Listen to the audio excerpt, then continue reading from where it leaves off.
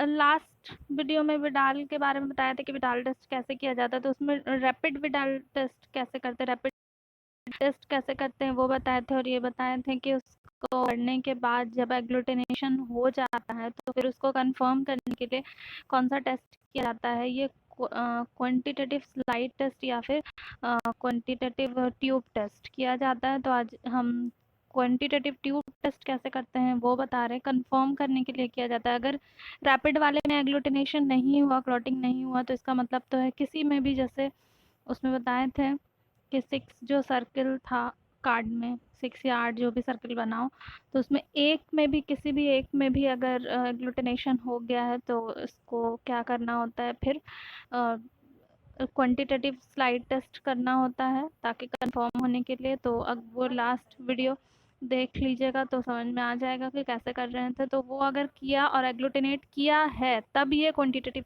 Test किया जाता है, उसकी क्वांटिटी देखने के लिए और कंफर्म होने के लिए कि कितना है, आखिर अगर इन्फेक्शन है तो कितना है।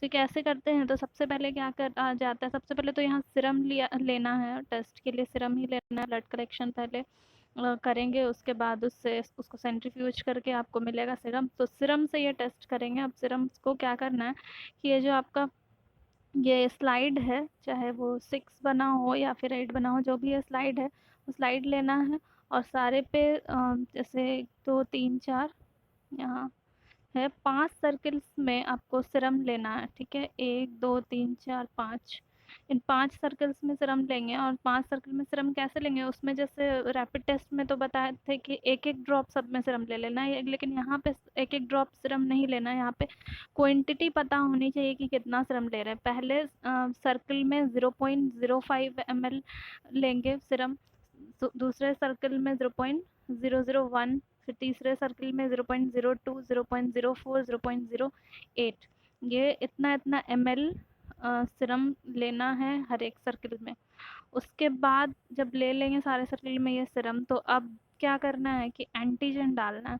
कौन सा एंटीजन डालना है, तो सब नहीं बल्कि रैपिड टेस्ट में जिसमें भी एग्लूटिनेशन हुआ था, मान लीजिए कि जैसे एक में लिखा था O, एक में था H, एक में था AH और एक में था BH, तो वहाँ पे रैपिड टेस्ट में अगर O में और H में एग्लूटिनेशन हुआ था तो पहले, सबसे पहले तो एक बार ये स्लाइड लिया है, सब में जितना जितना ml बोला गया है उतना डाल देंगे 5 में, और सिर्फ एक ही एंटीजन, यानी कि सबसे पहले इस स्लाइड में सिरम डालने के बाद यहाँ से एक ही एंटीजन लेंगे, एंटीजन O, और उसी एंटीजन को सारे सर्किल में जिसमें जिसमें पांचों में जिसमें जिसमें डाले थे सिरम, उस पांचों में वही एंटीजन को डालना है, जितनी अलग अलग जो क्वांटिटी था उसी उसमें।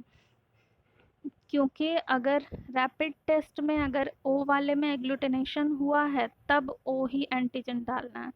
अगर रैपिड टेस्ट वाले में AH में एग्लूटिनेशन हुआ था तो फिर एक बार AH का भी करेंगे, जैसे पहले कर लिया कि इतना ml इतना ml इतना ml डाल दिया 5 सर्किल में। फिर उसके बाद जिस रैपिड टेस्ट में जिस भी एंटीजन के थ्रू एग्लूटिनेशन हुआ था वही एंटीजन इन पांचों सर्किल में डालना है। उसके बाद उसको वुडन स्टिक से अच्छे से मिक्स करना है, थोड़ा सा शेक करना है और एग्लूटिनेशन उसमें देखना है। उसके बाद एक स्लाइड पे ये कर लिया, फिर वैसा ही दूसरा स्लाइड लेना है और जैसे एंटीजन O वाले के लिए कर लिया, अब एंटीजन H वाले के लिए वही सेम काम करना है। पांचों में, पांचों सर्किल में इतना इतना 0.05, 0.005 जितना जितना ml पांचों सर्किल में ब्लड लिया था पहले O एंटीजन के लिए, वापस से एक दूसरे स्लाइड में इतना ही लेना है और अब H एंटीजन उन सारे सर्कल्स में डालना है, मतलब अलग अलग करना है एक एक एंटीजन के लिए। उसके बाद यही जो है जो टाइटर किया जाता है, मतलब जैसे रिपोर्ट में जो ऐसे लिखते हैं कि 1:160, 1:160 O एंटीजन के लिए, 1:160 H एंटीजन के लिए, 1:160 AH के लिए 140 और BH के लिए 140। तो इसी के लिए, यही इसी के लिए जो है ये किया जाता है, मतलब 0.08 जो हम ले रहे थे वो 1:20 होगा, 0.04 जो ml लिया है 1:40 होगा, 0.02 ml जो लिया है वो 180 होगा, और 0.01 जो लिया है 160 होगा, 0.05 जो लिया है वो 130 होगा। अगर हमको 0.08 ml जिस भी सर्किल में लिया हुआ है उसमें अगर एग्लूटिनेशन हुआ तो रिपोर्ट में 1:120 लिखेंगे। अगर 0.04 में भी हुआ तब तो 1:140 लिखेंगे, 1:40 लिखेंगे। अगर 0.02 वाले में भी एग्लूटिनेट किया है तो 180 लिखेंगे। अगर इसमें भी कर गया तो 160 लिखेंगे। अगर इसमें भी एग्लूटिनेशन हो गया तो 1:320 लिखेंगे। लेकिन अगर मान लीजिए कि इसमें एग्लूटिनेशन नहीं हुआ, इसमें एग्लूटिनेशन नहीं हुआ, इसमें एग्लूटिनेशन नहीं हुआ, इसमें भी नहीं हुआ, सिर्फ इसी में हुआ, तो यही लिखेंगे। ये हुआ है इसका मतलब है कि बहुत ज़्यादा इन्फेक्शन नहीं है, या हो सकता है कि किसी और बैक्टीरिया या किसी और इन्फेक्शन के कारण भी एग्लूटिनेशन हो गया। लेकिन अगर 40 है मैक्सिमम, जो 80 अगर पहुंच जाएगा तो इसका मतलब है कि इन्फेक्शन टाइफाइड का है। तो इस तरह से ये 180 1:180 1:160 ये लिखा जाता है। जैसे कि अब एक यहाँ पे इस तरह का अगर बना के दिखा दे तो सल्मोनेला टाइफी ओ एंटीजन से हम करके देखा, 5 सर्किल में, एक ही स्लाइड पे 5 सर्किल में, और अगर 5 सर्किल एग्लूटिनेट किया है तो सब में पॉजिटिव लिखेंगे। एच वाले को भी इसी तरह से करके देखेंगे, 5 सर्किल में अगर एग्लूटिनेट हुआ है तो सब में पॉजिटिव लिखेंगे।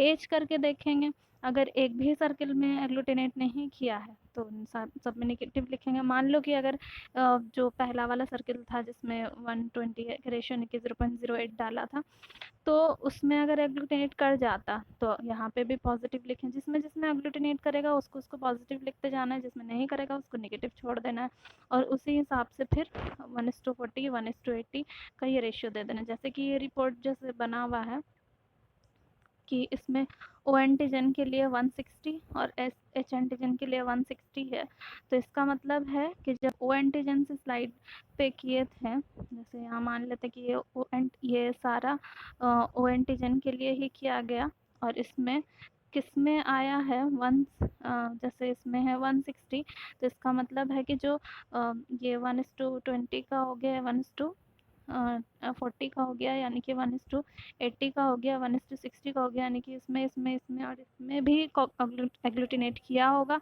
इसीलिए ऐसा रिपोर्ट बनाया है कि 160 में एग्लूटिनेशन हुआ है, 160 में एग्लूटिनेशन हुआ है, एच वाले में 120 और 40 वाले में एग्लूटिनेशन हुआ होगा, इसीलिए उसका 140 लिखा है और पॉजिटिव बताया। अगर मान लीजिए कि यहाँ पे 1:120 रहता तो इतना इन्फेक्शन नहीं होता है। 80 से ऊपर जाता है, 1:80 से तक ये यहाँ और इसके ऊपर जाता है, तब उसका पॉजिटिव बताया जाता है, तब इन्फेक्शन होता है। उसके बाद ट्यूब के मदद से भी ये देखा जाता है। ये 1:20 ये कैसे करते हैं इसको नेक्स्ट वीडियो में बताएंगे। और इसमें अगर कहीं पे कोई प्रॉब्लम हुआ हो तो कमेंट करके पूछ लीजिएगा, और वीडियो अच्छा लगा हो तो कमेंट कर दीजिएगा, लाइक कर दीजिएगा, और सब्सक्राइब नहीं किए हैं तो प्लीज़ सब्सक्राइब कर दीजिएगा।